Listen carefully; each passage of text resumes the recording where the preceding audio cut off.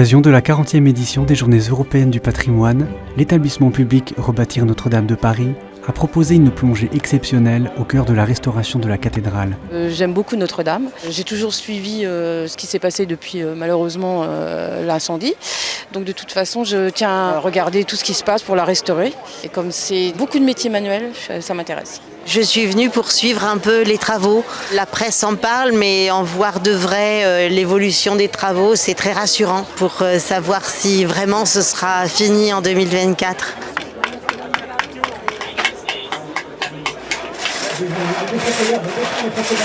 Pendant les 2 jours du week-end de septembre, un village du chantier a été organisé sur le parvis de la cathédrale, mettant à l'honneur tous les métiers d'art engagés à la restauration. C'est une grande fête populaire, c'est l'occasion de montrer toute cette communauté extraordinaire qui tous les jours travaille à la restauration de la cathédrale.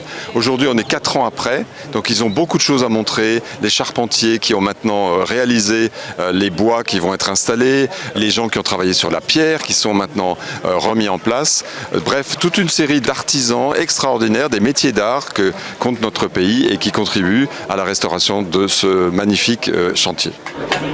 On est très content que la ville puisse offrir cette opportunité de se rendre compte lors des journées du patrimoine de ce qui est en train d'être fait. C'est bien de voir comment les travaux ont avancé, comment ça se passe, comment ça va être bientôt. Donc voilà, ça permet de continuer à avoir ce monument même derrière les balissades.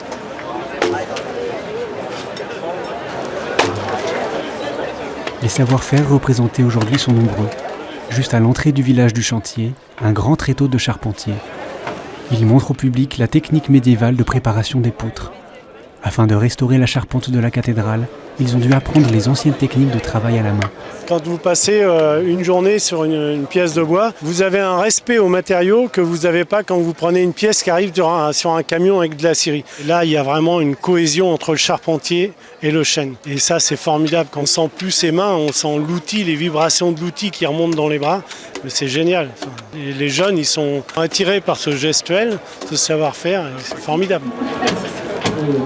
Ce n'est pas uniquement un travail physique, mais surtout une recherche historique.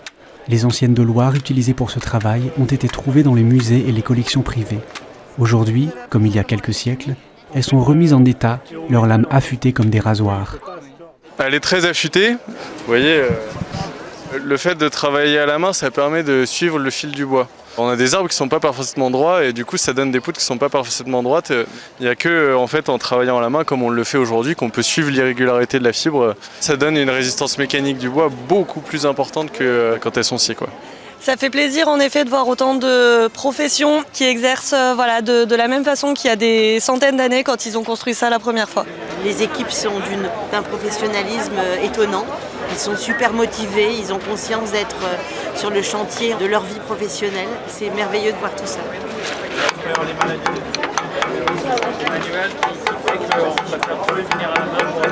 À quelques mètres d'ici, les autres artistes, les sculpteurs et tailleurs de pierre font une démonstration de leur travail.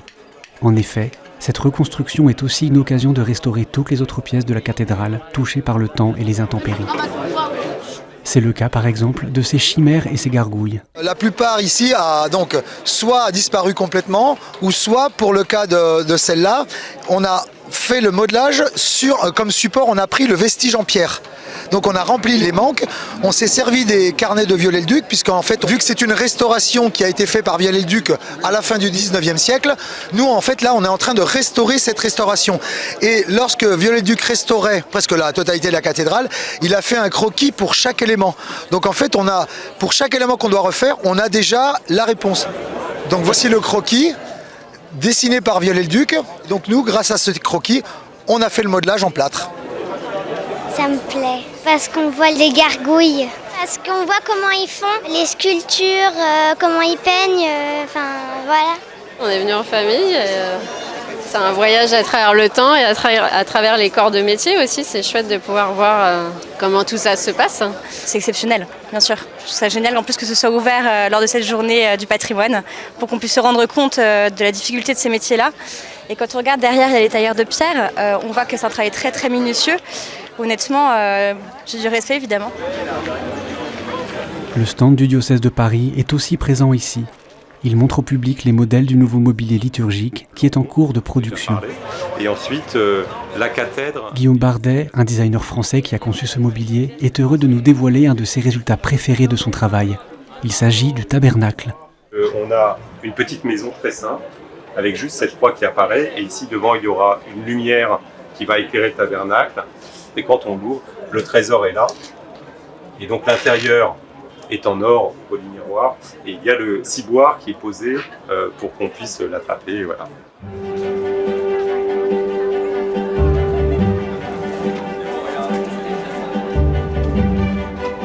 C'est intéressant de voir que beaucoup de corps de métier sont mobilisés pour que la cathédrale puisse reprendre vie. C'est très touchant de voir que voilà, une nation arrive à se regrouper pour qu'on puisse avancer et redonner vie à ce beau monument.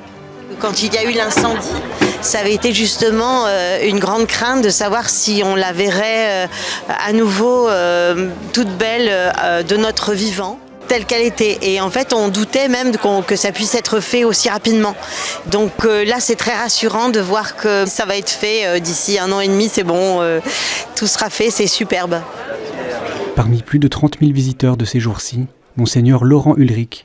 Il est venu personnellement pour rencontrer et saluer les artistes. C'est tout à fait magnifique de voir comment ce chantier est un chantier qui est une vraie œuvre commune. Il me semble que tous les artisans qui ont été représentés, toutes les entreprises se vivent ensemble ce moment comme un moment particulièrement émouvant et comme un moment où ils ont le sentiment de faire ensemble une grande œuvre.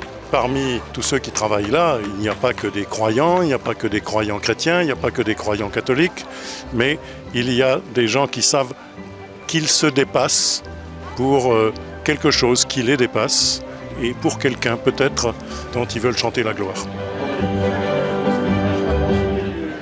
La reconstruction de la cathédrale Notre-Dame de Paris bat son plein. Sa réouverture est prévue dans 15 mois.